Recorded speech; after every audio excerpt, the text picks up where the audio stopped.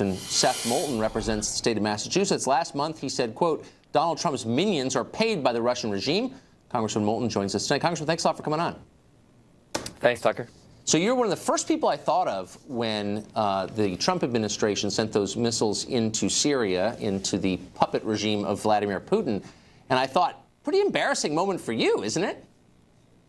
No, not at all. And in fact, I think I was the first to come out with a bipartisan statement from Congress saying two things, saying that President Trump did the right thing to hold Bashar Assad accountable for using chemical weapons against innocent people, but also that we need a plan going forward. And I stand by both of those points, and I stand by them in a bipartisan way. Well, those are entirely legitimate points, and I'm not questioning the substance of them or the motivation behind them.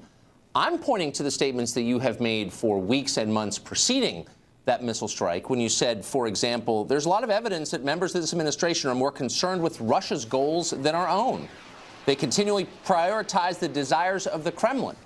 Here you have the Trump administration, for good or ill, acting against the main foreign policy objective of the Putin regime, which is supporting Assad. So your view of this doesn't square with reality. Aren't you a little bit embarrassed now that that's obvious? No, not at all. And first of all, I don't think we know what Putin's #1 foreign policy goal is. I don't think it's Assad in Syria. I think he has a lot of bigger fish to fry, and obviously he's interested most of all in the United States of America. But look, Tucker, you and I can disagree on the Trump administration's connections with Russia. The bottom line is I don't think either of us really know. And that's why I've been a consistent advocate for what the American people want, which is an independent, bipartisan investigation to get to the bottom of this. And you know what? There's a part of me that really hopes you're right, that hopes that I am embarrassed at the end of the day, and we find out that there isn't any collusion behind the scenes between an American president and Russia. But we all deserve to know, and that's why I've been calling for this bipartisan investigation. That's one of the things you've been saying. I don't think it's a crazy thing to ask for. But as I just read, you have said, quote, members of the administration are more concerned with Russia's goals than our own. They're traitors, in other words. They're working for a hostile foreign power. These are your words.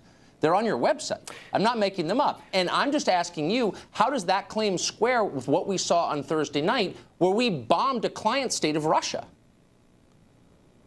Well, first of all, I mean, one exception does not prove the rule. I mean, this could very well be interpreted as an attempt by the administration to get out from under the claim that they're colluding with Russia. But the bottom line is that, we don't really know. There are a lot of things that Trump has done that seem like they're playing right into the hands of Putin. We ought to just find out, Tucker, and I think you and I ought to be able to agree on that. So increasing the size of our nuclear arsenal, deregulating the energy sector, backing the Keystone Pipeline, these are all things that the Russians hate, and for good reason. And yet you're saying that still there's no evidence that Trump is not in the pocket of Putin, even when he bombs a country where Russian troops are stationed now, propping up the regime of Bashar al-Assad. That's not enough evidence for you that he's not Putin's puppet? Right.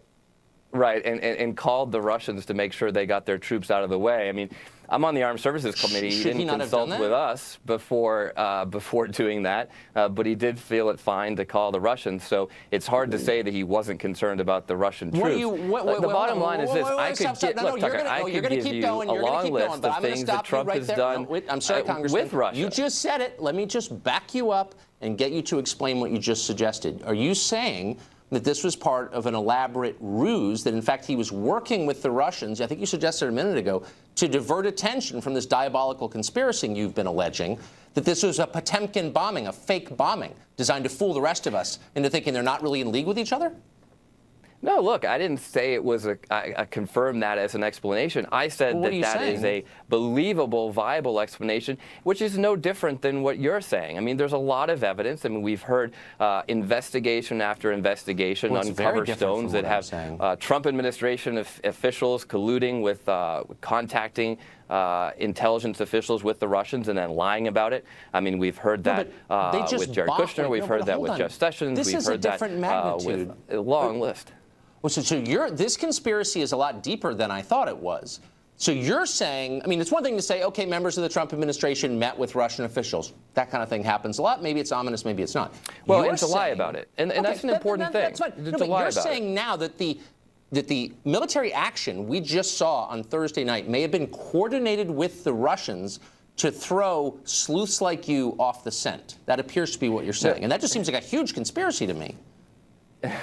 Well, it's a conspiracy if it's a conspiracy, but the reality is I'm just giving it to you as a plausible explanation. No, and that's why I said I'm not going to confirm it. Look, I know you would love for me to say that and confirm it. I'm just saying that there are people who think that. There are Americans who think that. Who are they? And that's as logical an explanation as any as you've given for Trump not colluding with the Russians. So look, the bottom line is who are these Americans who think that this was a fake military action designed to throw people off the scent? Who thinks that? I mean, you said, well, I'll tell you, a lot of the people. Well, I'll tell you, there's a majority of Americans who want an independent investigation into what's going on. That's very different from what you're saying. And it's hard to understand, Tucker, why you're opposed to that. Why are you opposed to having an independent, bipartisan investigation into what's going on? You're trying to change the subject. I'm not arguing against an independent, bipartisan investigation. If you could put one together, I guess I'd be for it. But you're saying that there are people who believe... I just want to make sure you're on the record for that, because that's important, Tucker. Now we're getting into tinfoil hat territory. There are people who believe that Putin and Trump got together and said, hey, I have an idea. To throw Congressman Moulton off the trail, why don't we pretend to be in conflict with each other? Why don't we have the Prime Minister of Russia? Did you see this? This is what Medvedev said. This puts us on the verge of a military clash. Our relations are completely ruined. Do you think he's just faking it? He's just saying that for public consumption to fool you? Tucker, that's very flattering that you think Donald Trump is concerned about my particular views on the issue. No, but this all is the I'm Russian saying government is saying that we don't know. We don't know what's going on here. But what we ought to talk about is what we can agree on, which is that Trump actually, I mean, look, here I'm a Democrat from Massachusetts telling you that I support Trump's action. I support Trump's action in Syria. I get it. But I'm also saying that the Constitution demands that any further action requires Congress to come together in a bipartisan way and authorize that. And that's what we should be talking about here. Look, where's the end game? Where is Trump going with this? Those are all fair questions. That's actually the important question. No, the important question is you are suggesting the President of the United States coordinated a military attack on a country with the knowledge of Russia in order to divert attention away from the Russian election hacking scandal. And that's a conspiracy so grand, so complex, so baroque that I stand in awe of the possibility that that's real. And I stand in awe of the fact that you think that's possibly real, and I sit awaiting the name of one person who agrees with you that that possibly happened. Just one. Tell me one person who is saying this. You know what, Tucker? I just threw that out as an alternative hypothesis. I didn't say that they were actually colluding with Russia. I'm just saying that maybe this is a way for them to say we're willing to stand up to the Russian regime. You're implying that they would be colluding with Russia. Maybe you know something about the Trump-Russia connections that even I don't know. But the bottom line, you said he called us in Congress. He called Putin. What's the point of that? What were you implying? I mean, the bottom line is you're implying there's a conspiracy, which apparently you think there is. The bottom line is, Tucker, that what Trump has done in Syria is okay, but some of the things that he's done in the past are not, and some of the things that his administration officials and his campaign officials have done in the past are not. And we ought to be willing to just address that in a bipartisan way, in a way that says, you know what, Russia is an enemy of the United States. Russia is an enemy of the United States. You've said Let's Russia be is willing the to stand up to them. enemy. Hold on. We just bombed Syria. There are Russian troops in Syria supporting the government who we told to get out of the way. Overthrow. Yes, that's right. Okay, so again, we're back to your conspiracy, but let's just get to facts really quick. You said recently, and again, it's on your website as of tonight, that Russia is America's #1 enemy. #1 enemy. So you would put Russia above ISIS, for example. You think Russia is a greater threat to America than ISIS? Well, I think in the long run, Russia is. And there's a couple reasons for that.